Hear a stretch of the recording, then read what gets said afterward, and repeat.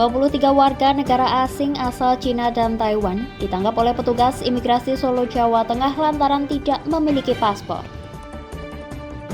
Pemerintah Kabupaten Pati helat konsolidasi untuk unjuk kesiapan Kabupaten Pati sebagai kabupaten layak anak.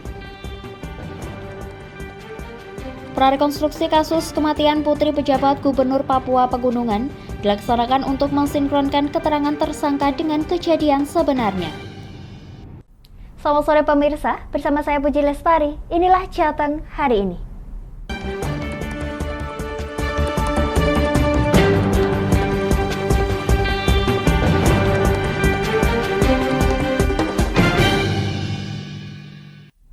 Pemirsa, sebanyak 23 warga negara asing asal Cina dan Taiwan ditangkap dan diamankan di kantor imigrasi 1 TPI Solo, Jawa Tengah. Puluhan WNA tersebut ditangkap lantaran tak memiliki dokumen perjalanan atau paspor. Selama mereka berada di Republik Kantor imigrasi kelas 1 TPI Solo, Jawa Tengah menangkap 23 warga negara asing di Kecamatan Colomadu pada Selasa 23 Mei 2023. Salah satu WNA berasal dari Taiwan, sisanya 22 orang berasal dari Cina. Kepala Divisi Keimigrasian Kanwil Kemenkumham Jateng, Wisnu Daru Fajar mengatakan bahwa masyarakat merasa resah dengan aktivitas WNA di Wisma Rania, Desa Gajahan, Kecamatan Colomadu, Karanganyar. Wisnu menyebut mereka tidak bisa menunjukkan dokumen perjalanan. Sesuai pasal 71B Undang-Undang 6/2011 tentang keimigrasian, setiap orang asing yang berada di wilayah Indonesia wajib memperlihatkan dan menyerahkan dokumen perjalanan apabila diminta oleh petugas keimigrasian. Seperti diketahui saat ini, 23 orang WNA tanpa paspor tersebut sudah diamankan oleh kantor imigrasi kelas 1 TPI Solo untuk dilakukan pemeriksaan lebih lanjut. Dari informasi, mereka sudah berada di Indonesia sejak Maret lalu. Wisnu mengaku kesulitan untuk menelusuri jalur 23 WNA tersebut memasuki wilayah Indonesia. Wisnu juga enggan membeberkan aktivitas yang dilakukan 23 WNA tersebut di kota Solo. Pihaknya masih melakukan pemeriksaan untuk mendapatkan keterangan lebih lanjut. sekitar Desa Gajahan, Kecamatan Colomadu, Karanganyar, ya. Untuk apa kegiatan mereka yang spesifik, memang sampai sekarang belum bisa kita sampaikan, masih dalam proses pemeriksaan. Namun yang jelas, sesuai dengan pasal 71 ayat 2, mereka tanpa dokumen, ya, tanpa dokumen. Jadi orang asing yang kita periksa, yang ketika dihadap berjumpa dengan petugas imigrasi, wajib untuk dapat menunjukkan dokumen yang di mana saja berada. Kemudian pasti Pak, kita akan berhubungan dengan kedutaan besar mereka karena ini adalah warga negara mereka. Kita masih terus identifikasi mereka ini siapa, karena ya itu tadi, karena tidak ada dokumen, akhirnya kan seseorang yang tanpa dokumen pasti akan merepotkan orang lain. Bahkan kita sendiri pun kalau nggak bawa KTP, kalau ditanya oleh petugas, kalau dari pengakuan kan ya orang namanya cuma pengakuan kan bisa siapa saja. Jadi memang dokumen kalau di sini kita KTP adalah dokumen kependudukan. Kalau mereka dokumen kebangsaannya memang harus dibawa untuk menjelaskan dia itu. Lebih lanjut, pihaknya akan berkoordinasi dengan Kedutaan Besar Cina guna memastikan identitas mereka.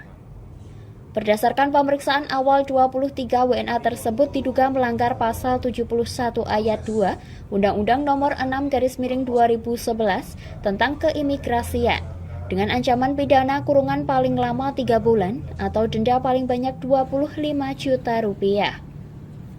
Wisnu juga memastikan mereka akan dideportasi ke negara asal masing-masing. Dari Solo, Raditya Hermansyah, Lingkar TV melaporkan.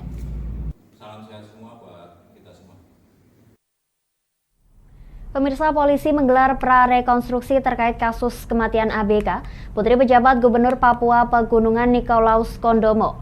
Prarekonstruksi dilakukan untuk mensinkronkan antara keterangan tersangka dan saksi dengan kejadian yang sebenarnya.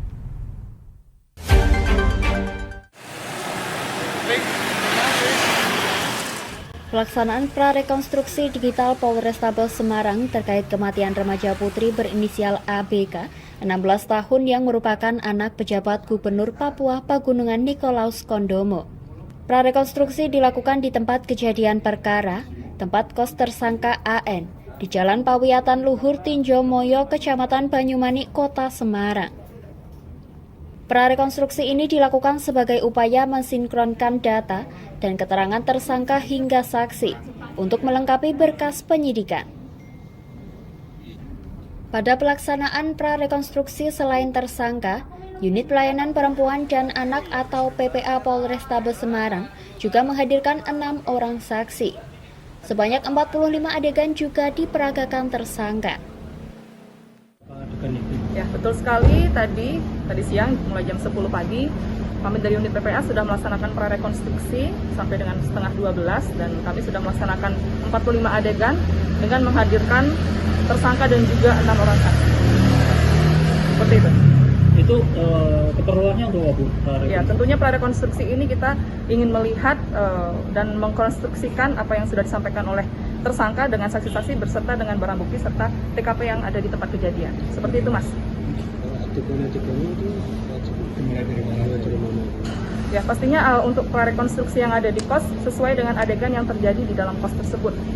Ya, seperti itu. Ada temuan baru dari keterangan tersangka? Pastinya untuk temuan baru atau fakta-fakta baru merupakan materi dari penyidikan kami ya, rekan-rekan. Seperti itu. Demikian ya, Mas. Terima kasih ya. Oke, makasih, Bu. Ya. Kasus kematian remaja putri berinisial ABK yang merupakan anak pejabat Gubernur Papua Pegunungan Nikolaus Kondomo terjadi pada 18 Mei 2023 lalu. Berdasarkan hasil laboratorium forensik, korban meninggal dunia akibat gagal nafas dan keracunan yang diduga diakibatkan oleh minuman beralkohol. Dari hasil pemeriksaan juga ditemukan adanya tanda-tanda kekerasan seksual pada tubuh korban. Atas kasus ini, polisi menetapkan tersangka AN yang merupakan teman korban yang dikenal melalui media sosial. Atas perbuatannya, AN dijerat dengan Undang-Undang Nomor 35 Tahun 2014 tentang Perlindungan Anak dan Pasal 338 KUHP tentang pembunuhan dengan ancaman pidana maksimal 15 tahun penjara. Dari Semarang, Henufan, Lingkar TV melaporkan.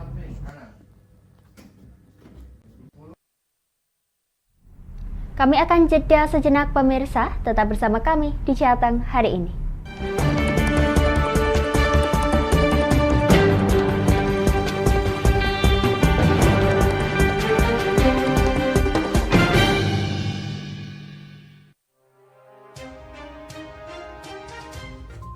Inilah ketiga anggota komplotan pencuri spesialis pecah kaca mobil setelah melakukan penggelapan 20 sepeda motor dan 2 unit mobil dengan modus retal. Merangkum semua peristiwa sebagai berita yang penuh fakta. Bersama Puji Lestari, saksikan Jateng hari ini setiap Senin hingga Sabtu jam 4 sore hanya di Lingkar TV.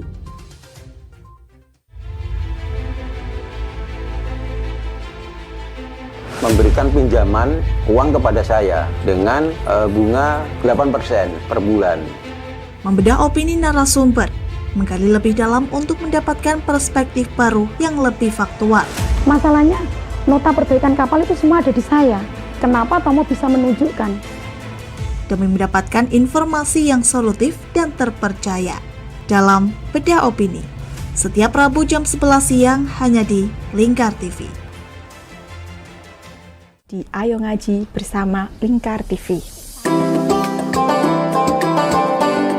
Hadir setiap hari Senin sampai dengan Sabtu, jam 17.30 sampai jam 7 malam. Ngomong hari ini harus, nah seperti itu. Anda akan ditemani Ustadz-Ustadzah untuk belajar huruf-huruf hijaiyah dan ilmu Al-Quran. Saksikan terus Ayo Ngaji hanya di Lingkar TV.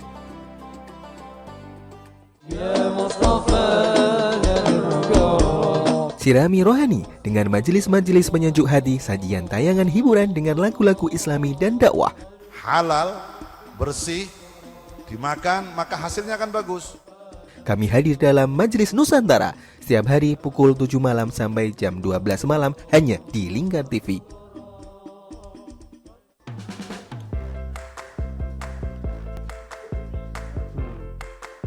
Petualangan yang menarik sang pencinta kuliner. Mantu tetap mantap rasanya pemirsa. Menikmati setiap makanan yang lezat dan mantap saat dihidangkan.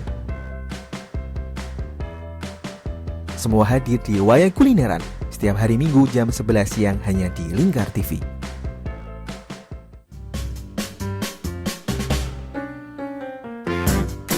Mari pilih motif batik yang kamu suka di Batik Yuliati Warno. Memproduksi dan menjual batik tulis bakaran khas Pati dengan kualitas yang sangat istimewa.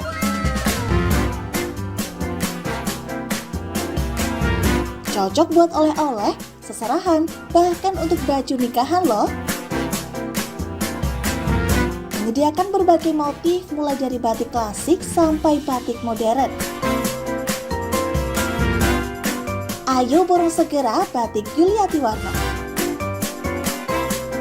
Anda bisa melihat proses produksi batik secara langsung di rumah produksi kami loh. Alamatnya ada di Desa Langenharjo, RT 7 RW 3, Jalan Juwana Tayub, Kilometer 3, Kecamatan Juwana, Kabupaten Pati, Jawa Tengah. Atau Anda bisa menghubungi nomor telepon kami di 081 326 693 300. Ayo datang dan pilih motifmu segera. Ane wis golek batet ngono kuwi njur aspal kon. Lapangan diemplok. Semen ya didahar. Memberi hiburan malam Anda yang dikemas dalam budaya Jawa, nguri-nguri budaya, hadir setiap hari jam 00.30 sampai jam 3 dini hari hanya di Lingkar TV.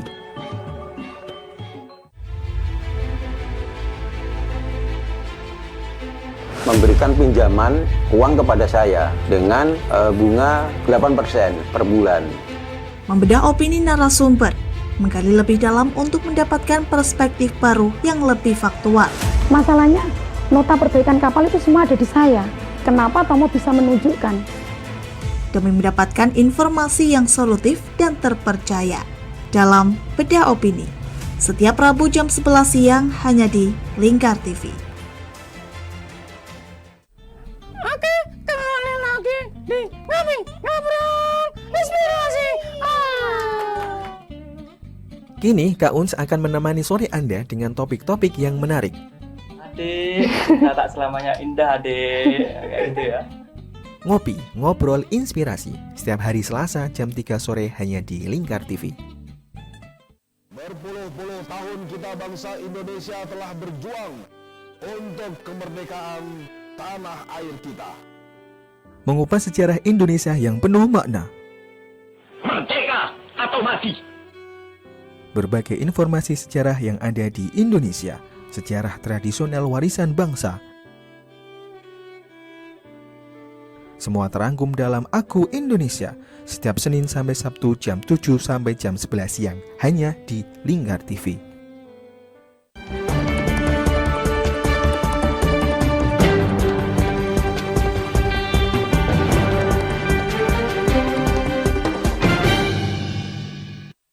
Anda masih menyaksikan Jateng hari ini pemirsa.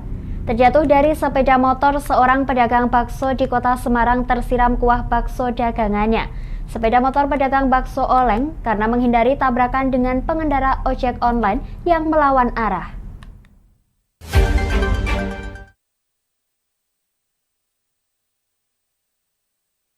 Kecelakaan pedagang bakso bernama Ponidi terjadi di Jalan Cangkiran Mijen, Kota Semarang terekam kamera pengawas. Sebelum Ponidi terjatuh, seorang pengendara ojek online melawan arah untuk penyeberang jalan. Sementara itu dari arah berlawanan, Ponidi melaju dengan membawa gerobak dagangannya. Ponidi yang berusaha untuk menghindar, terjatuh dan tersiram kuah panas dagangan bakso yang tumpah. Akibat kecelakaan ini, Ponidi mengalami luka karena tersiram kuah panas dan dirawat di rumah sakit. Satlantas Polrestabes Semarang yang menangani kecelakaan ini telah memeriksa pengendara ojek online dan sejumlah saksi. Polisi mengambil langkah mediasi atau penyelesaian secara kekeluargaan karena saat kejadian motor yang dikendarai korban dan pengendara ojek online sebenarnya tidak saling bersenggolan. Kecelakaan yang melibatkan itu tukang bakso itu sebenarnya yang sudah viral ya, itu adalah laka tunggal. Memang yang bersangkutan dikagetkan oleh adanya pengemudi lain yang melawan arus.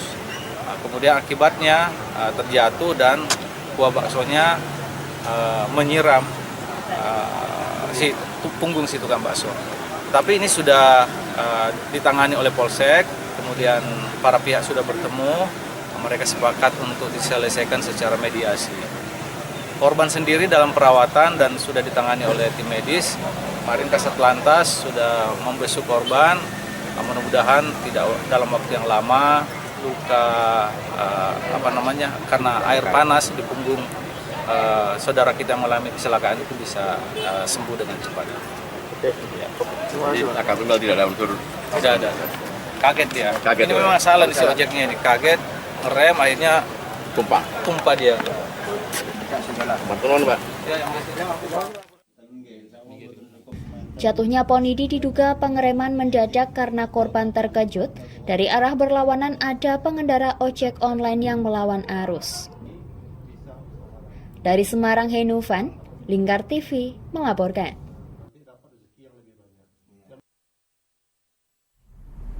Pemirsa, maraknya penjualan minuman beralkohol di wilayah Patiraya membawa perhatian khusus dari Dinas Perdagangan Jawa Tengah. Perhatian ini dilakukan dengan upaya pembinaan bertajuk Diseminasi Kebijakan Pengawasan, Perizinan, serta Distribusi Minuman Beralkohol. Jadi ini kita langsung aja kita mengikuti. Maraknya kasus peredaran minuman beralkohol kian marak. Apalagi minuman ini masih kerap ditemui dijual di tempat yang tidak sesuai perundang-undangan. Sehingga hal ini menjadi penyebab keberadaan miras yang dijajakan di beberapa pelaku usaha berstatus ilegal. Hal ini menjadi perhatian khusus dari Dinas Perindustrian dan Perdagangan Provinsi Jawa Tengah dengan menggelar agenda diseminasi kebijakan pengawasan, perizinan, serta distribusi minuman beralkohol. Agenda ini berlangsung Kamis 25 Mei lalu, dihadiri oleh puluhan pelaku usaha minuman beralkohol, serta semua dinas perdagangan di wilayah Muria Raya. Hal ini dimaksudkan supaya dapat menekan angka pelanggaran hukum bagi praktik penjualan minuman keras. Pasalnya miras merupakan barang dagangan yang diawasi sekaligus diatur oleh undang-undang. Kasih Tertib Niaga Dinas Perindustrian dan Perdagangan Jawa Tengah, Muktior ini mengungkapkan, urgensi dari kegiatan ini memberikan sosialisasi kepada masyarakat maupun pelaku usaha untuk dapat mengindahkan peraturan yang ada serta memberikan bimbingan bagi para pelaku usaha untuk mengurus perizinan usahanya.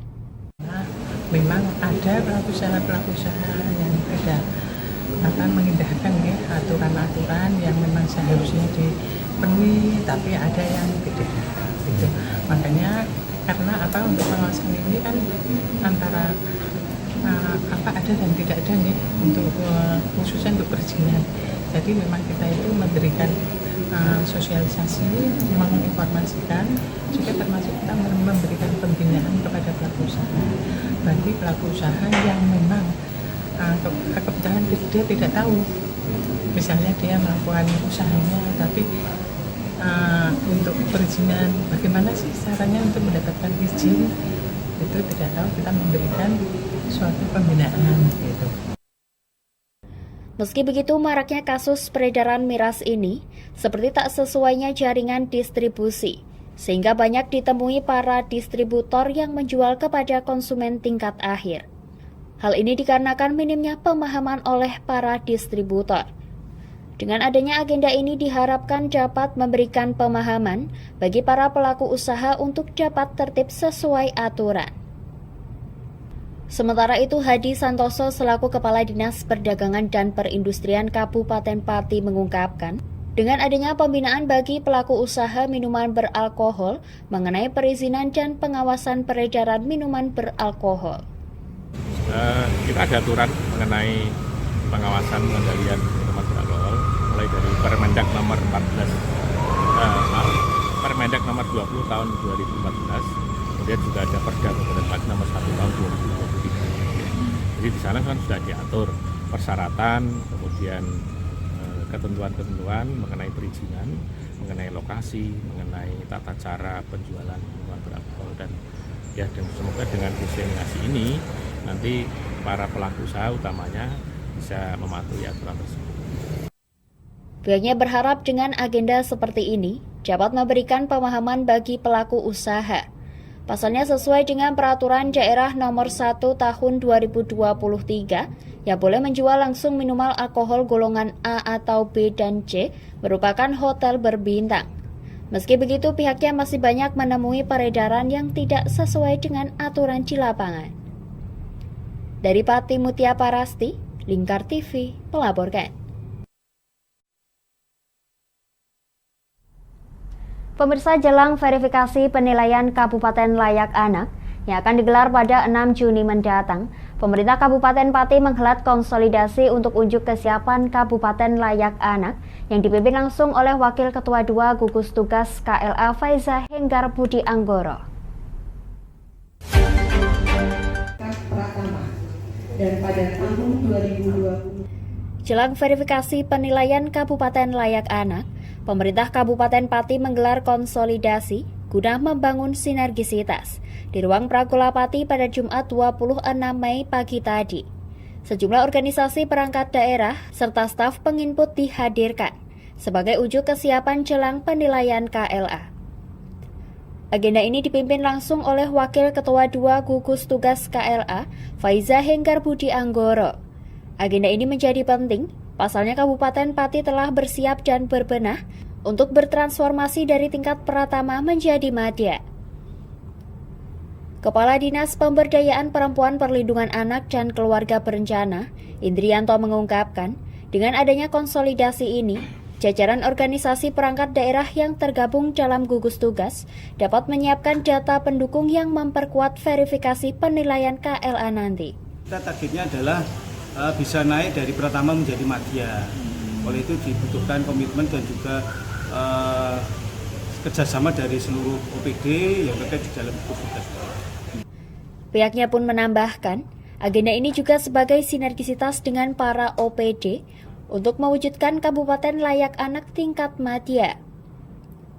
Lantaran upaya yang dilakukan tak hanya pada Dinsos P3AKB, namun seluruh elemen dinas yang ada memiliki andil yang besar untuk mewujudkan Pati sebagai Kabupaten Layak Anak.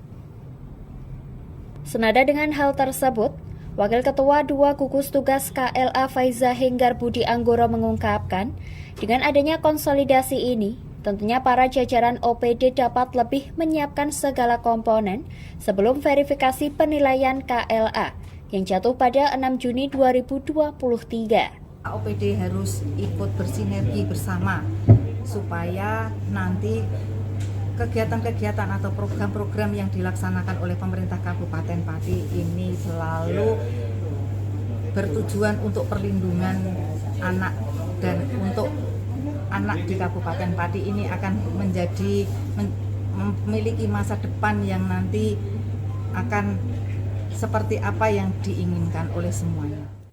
Pihaknya pun optimis Pati dapat meraih Kabupaten Layak Anak. Segenap kesiapan pun telah dilakukan bersama jajaran OPD, termasuk melakukan pengecekan dan masukan langsung kepada masing-masing OPD terhadap komponen penilaian KLA. Dari Pati Mutia Parasti, Lingkar TV melaporkan.